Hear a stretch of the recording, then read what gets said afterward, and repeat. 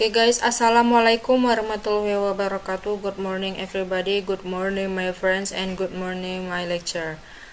Today I want to bring the material about argumentative speaking, and this topic is the manner of delivering argument in persuasive speaking. And this presentation by me, Anugrah Dwi Andari. Okay, discuss about persuasive speaking. We must know what is persuasive speaking. In a persuasive speaking is an argument aimed at influencing values, ideas, beliefs, and attitudes of the audience. So in here, persuasive speaking. In here, when we tell to the audience about something like a product or the others. Jadi di sini persuasive speaking, we can attract the other people to influence what we say. Seperti itu. Okay, di sini the success of a persuasive speaking speech is often measured by audience willingness to consider the speaker's argument.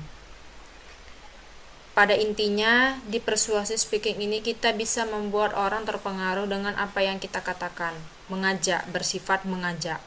Jadi beda halnya dengan ada dua itu ya, setahu saya, about informative speaking and persuasive speaking. Nanti kita akan bahas apa perbedaan di antara keduanya. Okay, next slide. This is about informative speaking and persuasive speaking. We can know what the difference from that. For the first is informative speaking. Informative speaking is the meaning is used to educate and train the audience. It implies having a certain volume of information that needs to be transmitted to the public. Jadi in informative speaking, just the ordinary speaking. Ordinary speaking is not to make the other people can attract what we say about something. Jadi di informative speaking ini hanya bersifat menyampaikan informasi tanpa adanya pengaruh yang dapat kita timbulkan dari apa yang kita katakan. Hanya bersifat informasi. Jadi in a persuasive speaking is intended to convince you to do or believe something when you are done listening. Nah, di sini di persuasive speaking ini kita dapat membuat orang percaya ketika kita berbicara. Misal, for example, in the advertising from the television, like iklan seperti iklan sampo atau iklan mengajak orang untuk gotong royong. Banyak banget ya iklan-iklan komersial yang bersifat persuasif terhadap audiens yang melihat. Jadi pada intinya informative speaking just give an information and not to attract the audience to do something. Oke, persuasive speaking ini pada intinya seperti mengajak seseorang atau membuat orang terpengaruh dengan apa yang kita katakan, what we can say. This is the points of contracts-nya ya. Oke, next. Nah, di sini kita akan membahas mengenai the purpose of persuasive speaking. There are five purpose. Okay, the first is attract the attention of the audience. Jadi di sini tujuan dari persuasive speaking itu untuk mempengaruhi atau mengambil perhatian dari yang sudah mendengarkan apa yang kita katakan, seperti yang saya katakan sebelumnya tadi ya. Okay, for the second is prove the need for improvement and change the situation. Okay, for the third is provide satisfaction needs. Jadi di sini kita menimbulkan kepuasan apa yang mereka butuhkan. Misal seperti iklan roti yang dapat menunda lapar sampai setengah hari, sampai jam makan siang, atau roti yang bisa memenuhi kebutuhan tubuh kita. Jadi seperti itu ya. For the fourth is create a visualization of practical benefit which bring the new solutions. Jadi di persuasive speaking ini kita harus membuat sebuah manfaat apa yang bisa kita bawa untuk mereka.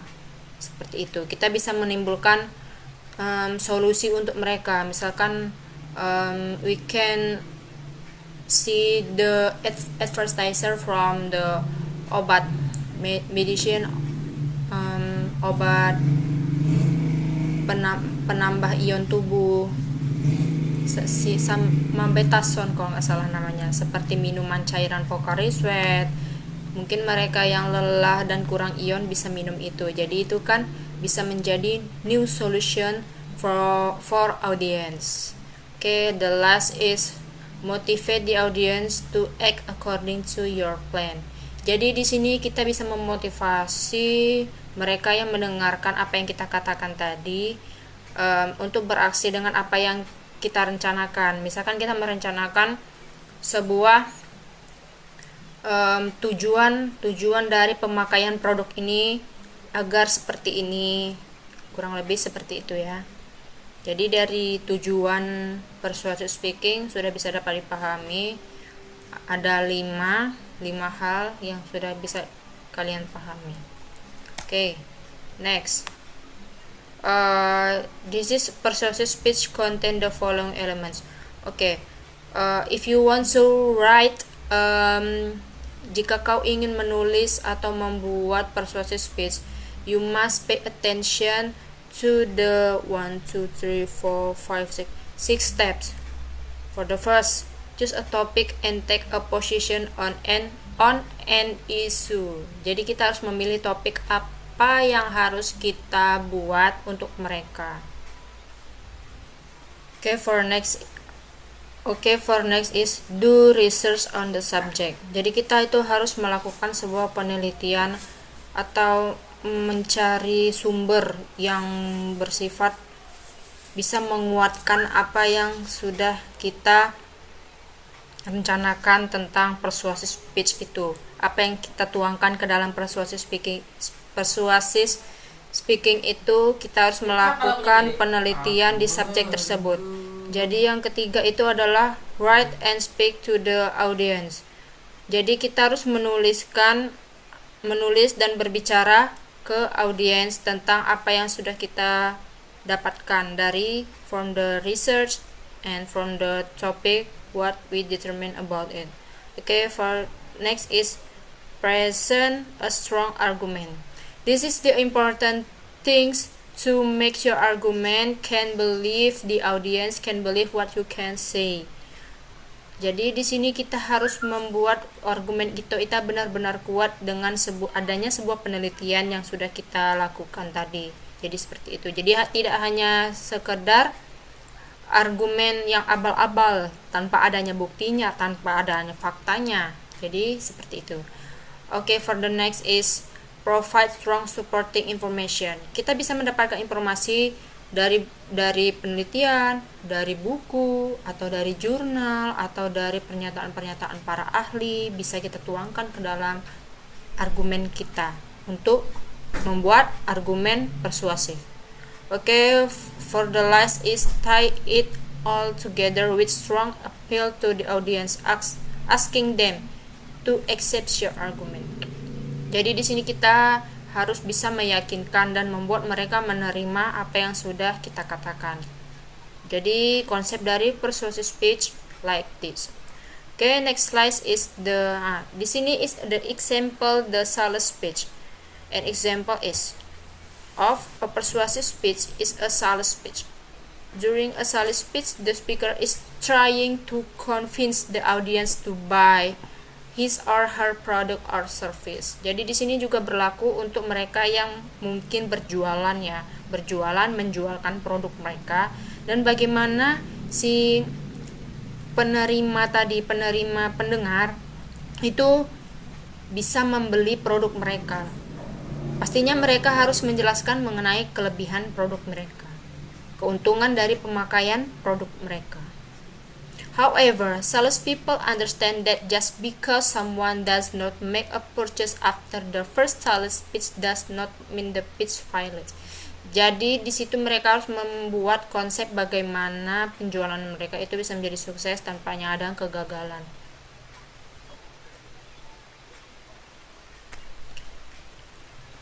Okay, next is how to get success in persuasive speaking.